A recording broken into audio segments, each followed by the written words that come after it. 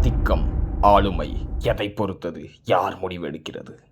பணம் அதிகமாக உள்ளவன் அவன் வேண்டிய வாழ்வை வாழ நாம் உதவ வேண்டும். அவனுக்கு கிடைப்பது லாபம், நமக்கு கிடைப்பது சம்பளம். இந்த மாயையை நம்மில் விதைத்த முதலாளி முதலைகளுக்கு எதிராக ஒரு தீப்பொறி. மதம், ஜாதி, மொழி, அதை விட கொடியது இளமையில் வறுமை மற்றும் ஏழ்மை. அணைந்த தீக்குச்சியாக தடுமாறிய நிலையில் ஒருவன். தீப்பொறி துளைத்து சென்றது அவனை. ஓசை கேட்கவில்லை, ஆனால் பிரியும் உயிரை உணர்ந்தான். என்ன நடந்தது என்று, ஏன் இவனுக்கு இப்படி ஒரு முடிவு? எதனால்? ஆதிக்கத்தினால். காட்சி ஒன்று. ஆரம்பம். உறக்கம். உறக்கம்தான் ஆரம்பம், முடிவு. நிம்மதியின் சமநிலை களைய.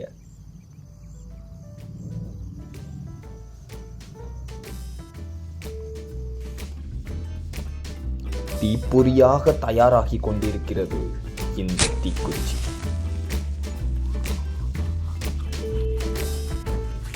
நமது வாழ்வாதாரம் நம் சூழ்நிலையை பொறுத்தது.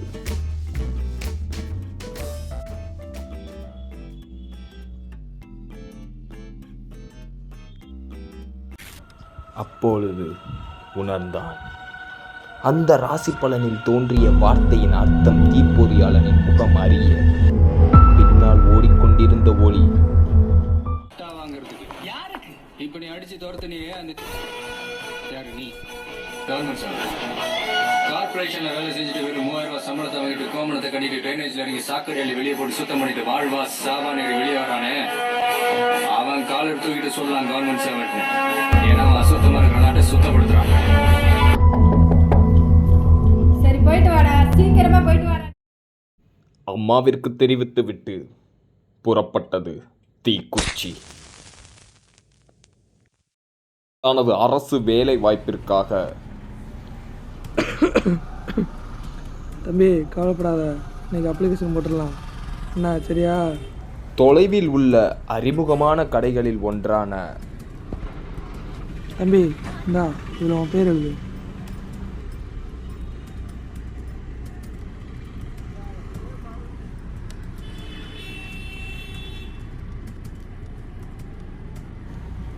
தம்பி எழுத்து சூப்பராக இருக்குப்பா. நகல் பதிவு எடுக்கும் இடத்தில் நேரத்தை கழித்தான். அடுத்த காட்சியில் துறவியை போன்று சுதந்திரமாக கடமையை முடித்துவிட்டு நடைபாதையில் சென்றான் தீப்பொறியாளன்.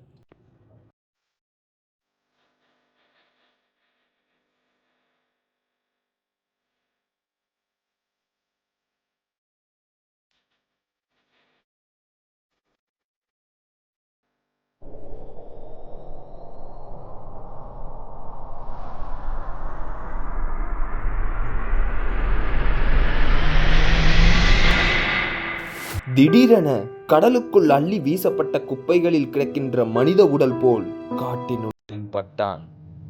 தான் எங்கிருக்கிறோம் என்பதற்குள்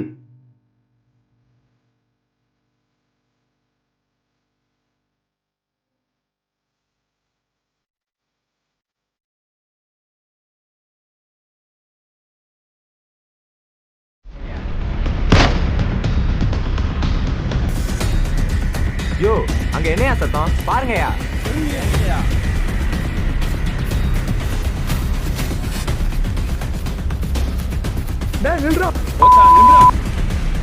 தீப்பொறியாளன் ஓடினான்.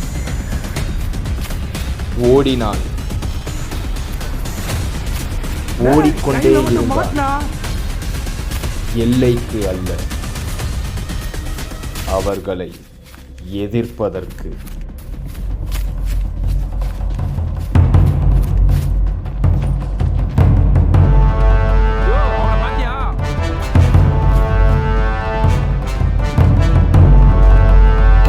உள்ள கொடிய நோயை நினைவு கூர்ந்தான். தனக்கு தாகம் அதிகரிக்க, மூச்சு இழைக்க, தனது உயிருக்கே ஆபத்தாகும் என்பதை அவன் மனது உணரத் தொடங்கியது. ஆனால் இங்கோ உடலை விட்டு உயிர் பிரியும் நிலை வந்துவிட்டது என்று அவன் அறியும் முன்னே சிக்கிவிட்டான். யோ இந்த இருக்கான் பாரியா. வேட்டைக்காரன் பசிக்கு புறாவா. தண்ணி அப்புறம் குடிக்கலாம். அந்த இடத்துல நீ என்ன பண்ணிட்டு இருந்த அதை மட்டும் சொல்லு. தீக்குச்சியை பதம் பார்க்க தயாரானது ஒரு தீக்குழம்பு. உஷ்ணம் என்னையா அதிகரித்தது. முறைக்கிறான்? அடிச்சிட போறாயா? ஏய். சொல்லுங்க. இந்த வந்துடுறேன். யோ நான் வரதுக்குலாம் நான் உண்மையா சொல்லியிருக்கணும். சரிங்கயா. தீயில் வாடினான் தீப்பொறியாளர்.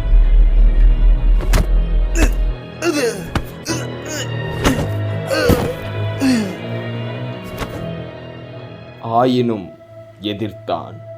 வறுமையில் போராடும் பொறுப்புள்ள இளைஞனைப் போல்.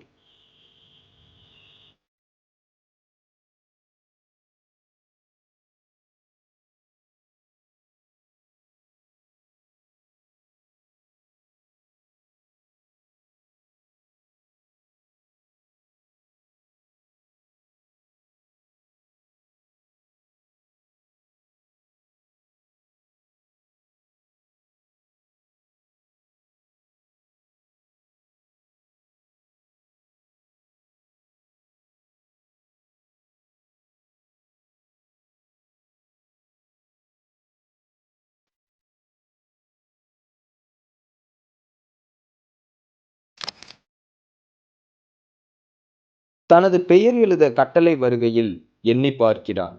தான் பணியாற்ற வேண்டும் என ஆசைப்பட்ட துறை எவ்வளவு அசிங்கமாக உள்ளதென்று. அங்கு பெரும் விவாதம் நடந்தது. எதை பற்றி?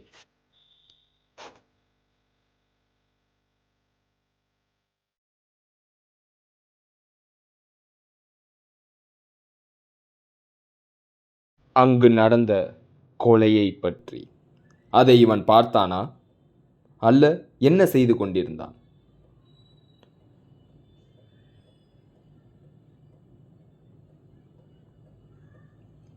பெரும் விவாதத்திற்கு மத்தியில் தான் வழியறியாமல் வந்ததாகவும் நண்பனின் வீட்டுக்கு செல்ல வேண்டியவன் என்றும் விளக்குகிறான் தீப்பொறியாளர்.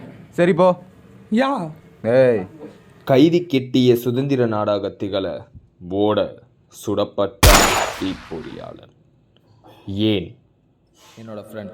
எதற்காக ஒருவன் சுடப்பட்டான்? யார் இவர்கள்? காவலர்களா? ஆம். ஆனால் தீக்குச்சி வாழ்ந்த நகரத்தில் அநீதியின் நெருப்பாக ஒரு காவலர், அவர் கூடவே 2 கூஜா தூக்கியாக அல்லைகள். அவர்கள் இருவரும் காவலரின் உறவினர்கள் ஆவர். ஒருவர் மகனாகவும் மற்றொருவர் மருமகனாகவும். இவர்கள் இந்த நகரத்தின் ஏழைகளை அடிமைகளாக நினைத்து ஒரு கொள்ளை வழக்கில் தீக்குச்சியின் நண்பனை சந்தேகித்து அழைத்துச் சென்றனர். ஆனால் இவர்களுக்கு தெரியாது தன்னை கொள்ளையடிக்க கட்டாயப்படுத்தியதே இந்த காவலர்கள் தான் என்று. அவனுடைய வாக்குமூலம் தீப்பொறியாளரிடம் உள்ளது என்று. அதனாலே தன் அருகில் உள்ள கடைகளில் இல்லாமல் தொலைவில் உள்ள இணையதளம் உபயோகமுள்ள நன்கு அறிந்த நண்பனின் உதவியுடன் வாக்குமூலத்தை பதிவிட்டான். ஆயினும் இது போதாது என உணர்ந்தவன் தன் நண்பனை கொல்லும் நிகழ்வை அறிந்த அவன் தடுக்க முயன்றால் இந்த உண்மை புதையும் என்பதனாலே அந்த கொலையை பதிவு செய்து இணையத்தில் பதிவிட துணிந்தான் தீப்பொறியாளர். அந்த கணம் தன் உயிரை துச்சமாய் எண்ணி தீய எரிக்குழம்பினுள் போராடி வெளிக்கொண்டு வந்த இந்த தீப்பொறியை என்ன செய்ய போகிறீர்கள்? இவர்கள் கண்களில் தென்பட்டதை அவர்களுக்கு தெரிந்த வகையில் சாவுக்கு அஞ்சாமல் எதிர்த்தனர். இவர்கள் செய்தது சரியெனில் தெரியப்படுத்துங்கள், தவறெனில் தெளிவுபடுத்துங்கள்.